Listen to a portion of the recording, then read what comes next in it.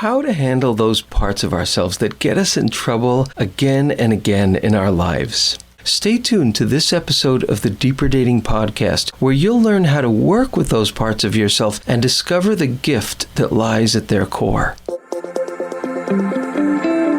If you've ever been disillusioned, disappointed, or discouraged in your search for love, and you know there has to be a better way to find the healthy, soul-filling love you've always longed for, then you've discovered the podcast for you.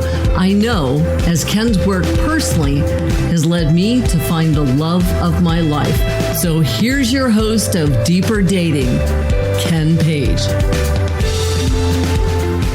Hello, and welcome to the Deeper Dating Podcast. I'm Ken Page. I'm a psychotherapist. I'm the author of the book Deeper Dating and the co-founder of deeperdating.com, a new way for people to meet online that is based on values of kindness, decency, and respect. Today, in this podcast, I'm going to talk about how you can discover your deepest core gifts right in the heart of your biggest personal challenges. This week, and every week, I'm going to share with you the greatest tools that I know to help you find love and keep it flourishing and heal your life in the process, because the skills of dating are nothing more than the skills of intimacy. And those are the greatest skills of all for a happy and rich life. And if you want to learn more about the Deeper Dating path to real intimacy, just go to deeperdatingpodcast.com and you can sign on for my mailing list. Or go to deeperdating.com if you're single and interested in looking for a relationship in a much healthier way. I also want to say that everything I share in this podcast is educational in nature. It's not medical or psychiatric advice or treatment. And finally, if you like what you're hearing and learning here, I'd love it if you could subscribe and leave me a review. So thank you so much, and let's jump in. So, in this very early part of our new year, I want to share a counterintuitive approach to change that I find tremendously exciting. And here's the central idea. It's that our deepest wounds and bewilderments and complications spring from our deepest gifts. Gifts that we have not learned how to handle and bear their power and their sensitivity as fully as we need to. And that by acknowledging these gifts, taking time to name them, and learning to treasure them and honor them, we can speed and deepen our own healing and definitely our search for love. So in these podcast episodes, in my book Deeper Dating, and in my course, I talk about the concept of core gifts. And those are the places of deepest sensitivity, tenderness, passion, and meaning within us. They're the places where we have the greatest capacity to love and to create. But they're also the places where most of us have been profoundly hurt, and they're the places that we tend to either suppress our real self or act out our real self and get in trouble. These are our trigger spots because they're a place of deepest sensitivity. They're the places where the nerve endings of our being are the richest and most full. So they're incredibly important. And I really believe that more than almost anything else, it's our relationship to these core gifts that determines what our life looks like and what our relationships look like and what we can create in the world in all of those arenas. In my 6-month intensives, we spend almost half of the intensive focusing on being able to name our core gifts, discover our core gifts, and celebrate and dignify them. So I think it's an incredibly rich subject because I think it speaks to these core gifts speak to the very DNA of your being. And when we are in right relationship with our essential self, we do so much better in choosing partners and in maintaining relationships and in growing. Our core gifts are strands of potential greatness within us. And when we express them, we feel most alive and empowered, or most frighteningly vulnerable and raw. So core gifts are not the same as strengths, and they're not the same as talents. In fact, a lot of time they feel like our greatest weaknesses because there's such vulnerability around them, and because their power can be so great that it takes a lifetime of work to learn how to handle these gifts, to to help them grow up, mature in the world, get legs, act and fulfill their mission, and learn the skills that are needed. Like with any greatness or any genius, there's a great deal of skill building that needs to happen. So this is a question that I have asked before. I'd like you to think about this for a minute. Which of your own sensitivities and passions have more often felt like a curse than a gift to you? That's actually a sign of a core gift. Or another question, what tender parts of you have often been really misunderstood in the world or taken advantage of? Those are other signs. Or what positive experiences in your life touch the heart of what matters most to you? Another sign. Because in pain or in joy, the great marker of a core gift is the depth of meaning that lies there. It's the sense of our humanity. The closer we feel to the beating heart of our own or another's humanity and meaning, the closer we are to our own deepest gifts. So, as a psychotherapist or as a coach, when I try to understand my clients' deepest conundrums and struggles and challenges, I lean into it in this way. What is the core gift that's trying to express itself in the heart of this struggle? And often, the answer just can't be reduced to a word or a phrase or anything like that. It's often just a deep feeling. And often, we need the insight of other people to help us decipher our own gifts. And that is really true. It's almost impossible to understand the beauty, the power, the value, the preciousness of our gifts if people don't reflect back to us what they are and how to see them. And this is an amazing kind of starvation that occurs in this world, is that people don't tell each other the gifts that they see in each other in a really direct, clear way, using their wisdom and their insight to do that. And when I do workshops and when I do classes and I do courses, that's always a part of it, because I think that we need to be instructed into the value of our gifts and the quality of our gifts. We need to be instructed. We're not going to figure it out ourselves. We won't understand it fully. We won't have that moment of realization of how we have impacted people's lives. So that honoring of the gifts is so much at the heart of this, and I'll get to that in a couple of minutes. But I want to say that learning to bear the passion, the vulnerability, and the sensitivity, and the originality, and the coming from all different directions in ways that we can't really easily understand. These parts of ourselves, these core gifts, it's a task of a lifetime to be able to make space for them, to honor them, to see their treasure, and to learn their language. So I'm going to share a personal example of that. For me, the experience of guilt has been a lifelong burden for me, a core wound for me. And I've made a lot of progress, but I still am prone to guilt. It's a weight that I carry to one degree or another frequently. It used to be constantly, now it's frequently. I feel responsible in some ways for way too much, way too often. So knowing what I know, I approach that guilt wound on my good days in a new way.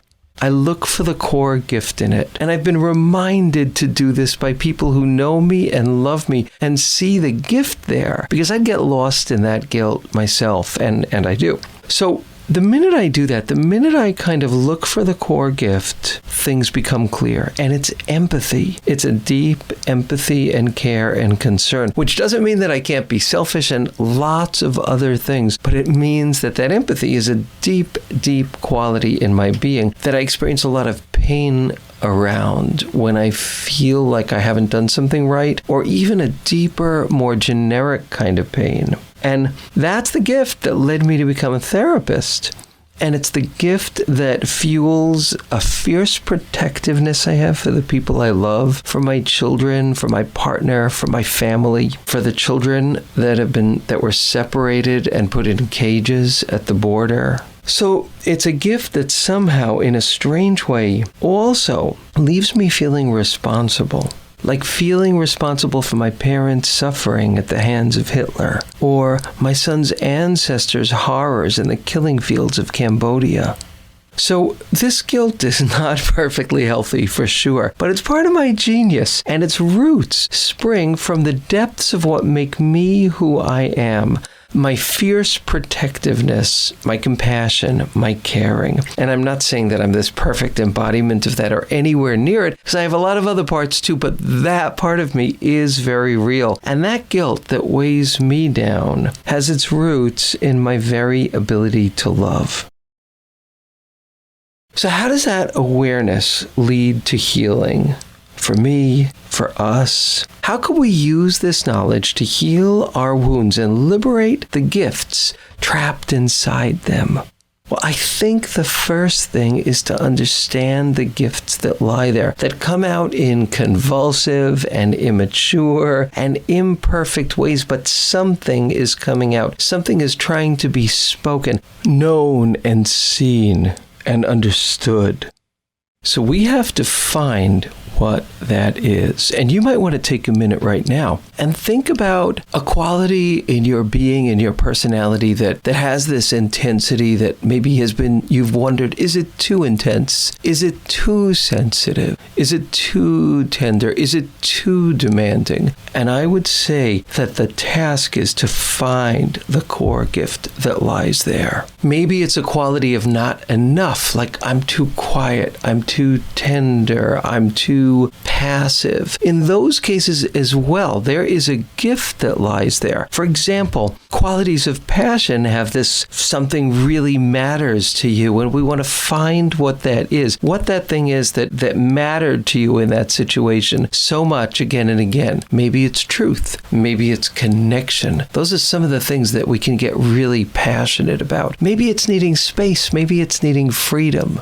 But if these things come up again and again, there is a core gift, there is a germ, a seed of something that is aching to be expressed and probably has not been fully honored. So what doesn't work for all those reasons is simple willpower. Telling ourselves that we have to stop, that we have to become more mature. For me, that I have to get more kind of just adult and realistic about where my responsibility ends. So as seductive as that simple approach seems, use your willpower, use your smarts, use your logic. I have found that it has very, very little leverage. It's one of the weakest tools that there is. And this is what I've come to see as the step that is the most important.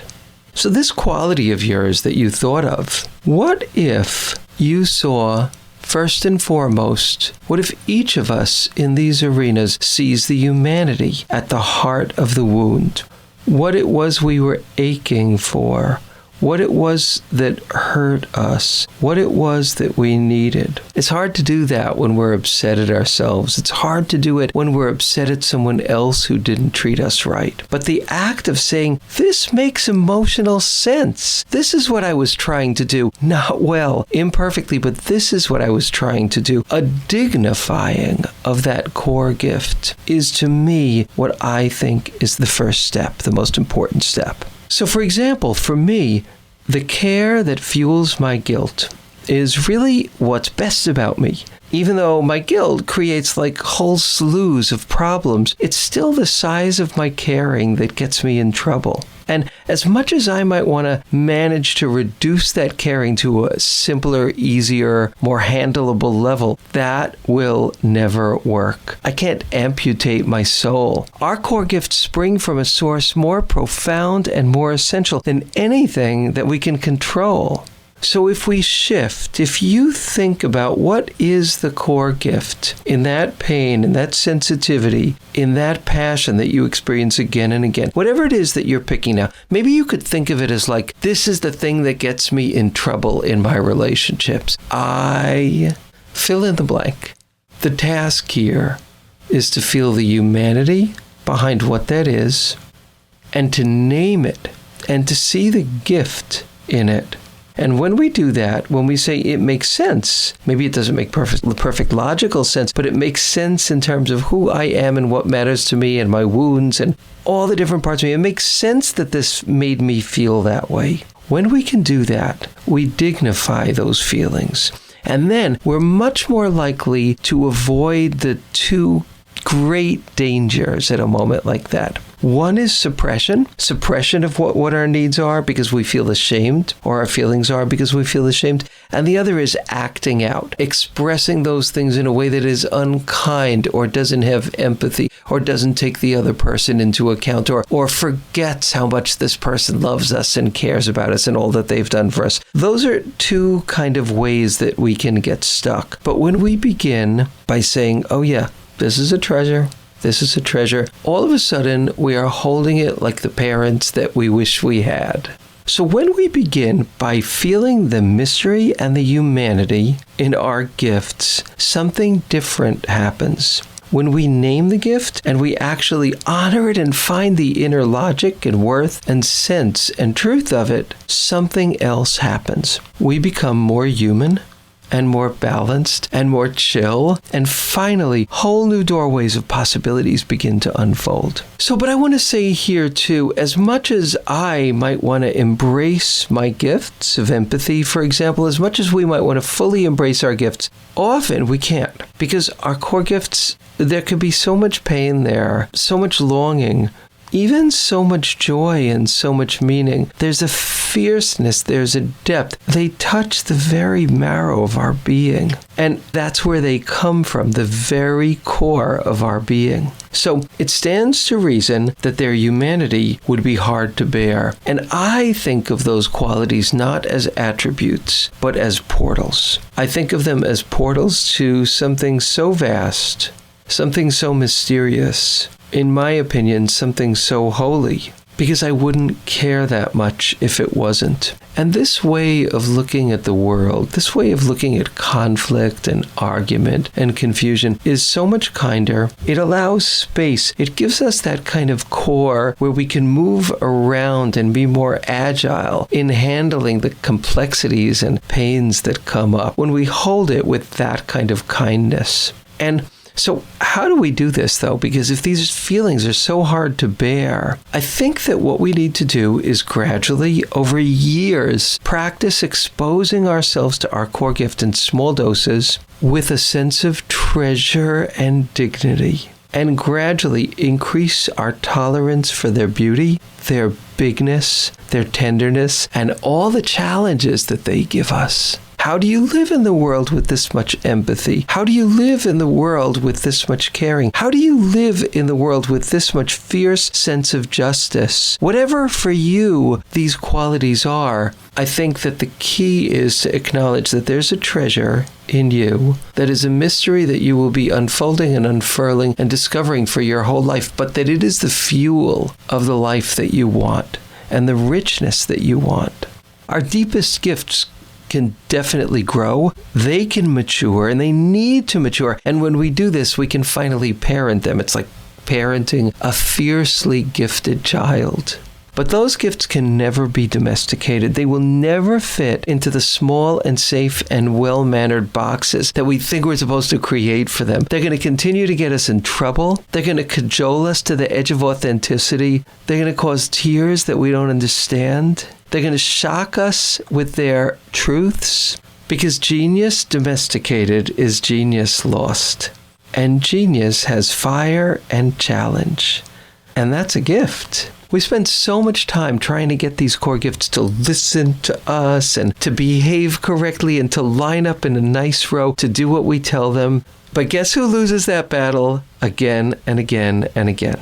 Because until we cherish the gift at the heart of our flaws, we're going to live in knots. And more importantly, we're going to miss out on the magic that makes us who we are, and which allows the precious people who are made for us to finally discover where we are. So this new year, my wish is that all of you and that I get to feel more deeply and treasure more kindly and fully the deep gifts living at the heart of our struggles. That we allow ourselves in answerless awe at their mystery and their beauty and their humanity. Thank you so much for joining me in this episode of the Deeper Dating Podcast, and I look forward to seeing you in the next episode. And that's it for today's episode of Deeper Dating. Be sure to go to deeperdatingpodcast.com as Ken has a few more gifts for you. Then join us on the next episode.